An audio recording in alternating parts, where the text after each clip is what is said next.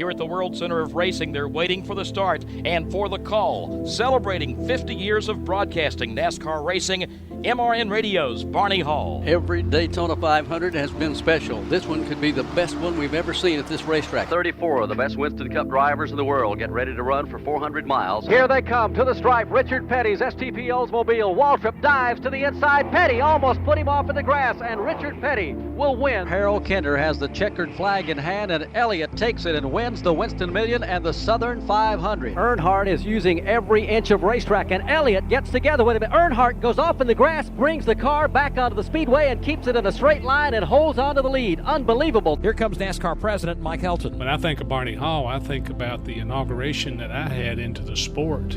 Barney Hall was the voice that gave me so much insight listening to the radio. Him telling the stories of the sport and explaining who the characters were and what was going on the racetrack educated me on NASCAR, but it also entertained me and my family along the way. And to our good friend from radio station WIFM, Elkin, North Carolina, Barney Hall. Thank you, Ken. It was the most exciting race. I'd given up smoking until those last 10 laps, and now I've got another pack out puffing on one. I didn't even realize it. I ran out of fingernails about the last 5 laps also. It's one of the most exciting finishes I've ever seen at Daytona. To cover the action over in Turn 3 of Daytona Beach, Florida, Alan Bestwick. He's been an incredible mentor and friend to many.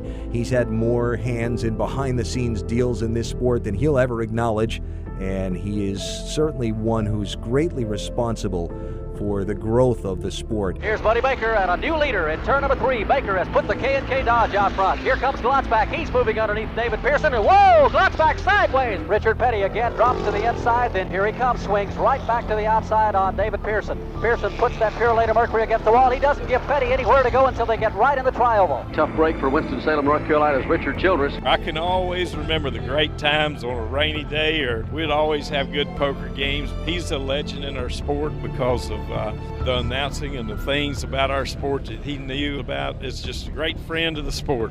Pearson was 7 car lengths back. He's 4. He's 3. He's chopped it down to 3 car lengths as they come out of the 4th turn. Pearson is 2 car lengths back on Buddy Baker as they move to the tri-oval. Pearson swings to the outside. He's up there. It is Jeff Gordon ahead by some 3 car lengths. Just do such a great job bringing the action of the race to you when you're driving down the road or listening at home, and nobody did it better than Barney. 2 car lengths separate Jeff Gordon right now and Jeff Burton. They come down for the white flag, this time by 1 more lap around. Burton goes to the inside. They touch, they bump, they head for turn number 1, trading sheet metals. They're just moving out of turn number 2 in front of Mike Joy. As a broadcaster, of all the people I've worked alongside and listened to over the years, there's nobody I'd rather hear call a race than Barney Hall. This is going to be a whale of a finish. White flag lap as they come down to the line. 1 to go. Racing for the lead in the Winston 500. Contact between Earnhardt Jr. and Skinner. Barney Hall said in the commercial break, tell him your dad would have been proud. Well, Barney Hall is number 1 in my book. So anything he says is right. I'll tell you that right now. Jimmy Johnson takes him off to turn number 1. He gets away from the lap traffic. The voice, the knowledge, the detail behind all of it. Then the wit. Now the boy's been on a 2-week diet and already he's lost 14 days. Our grand marshal for today's race is Ron White. You know him from the Blue Collar Comedy Tour. Somebody told me that you had a chance to be in another movie called The Naked and the Dead, and you were going to play both parts. Is that true? I don't know why I would agree to come up here and take this kind of abuse from you two guys. There is a race going on out here. Let's get back to it. Naked and what? Dead? Both parts? That's Barney Hall, ladies and gentlemen. Hey, who was tweeting me about coming up here doing this show? Wasn't me. My tweeter's broke. Your tweeter's broke.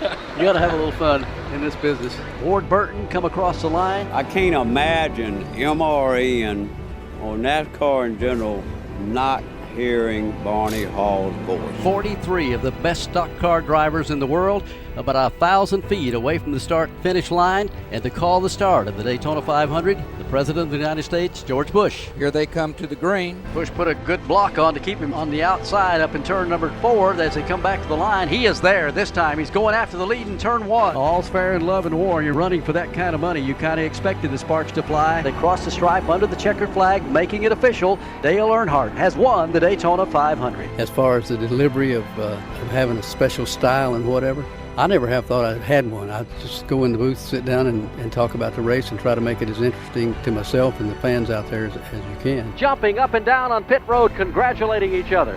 This Daytona 500 has had it all. You know, what makes a good broadcaster as far as the races? To me, there's three things.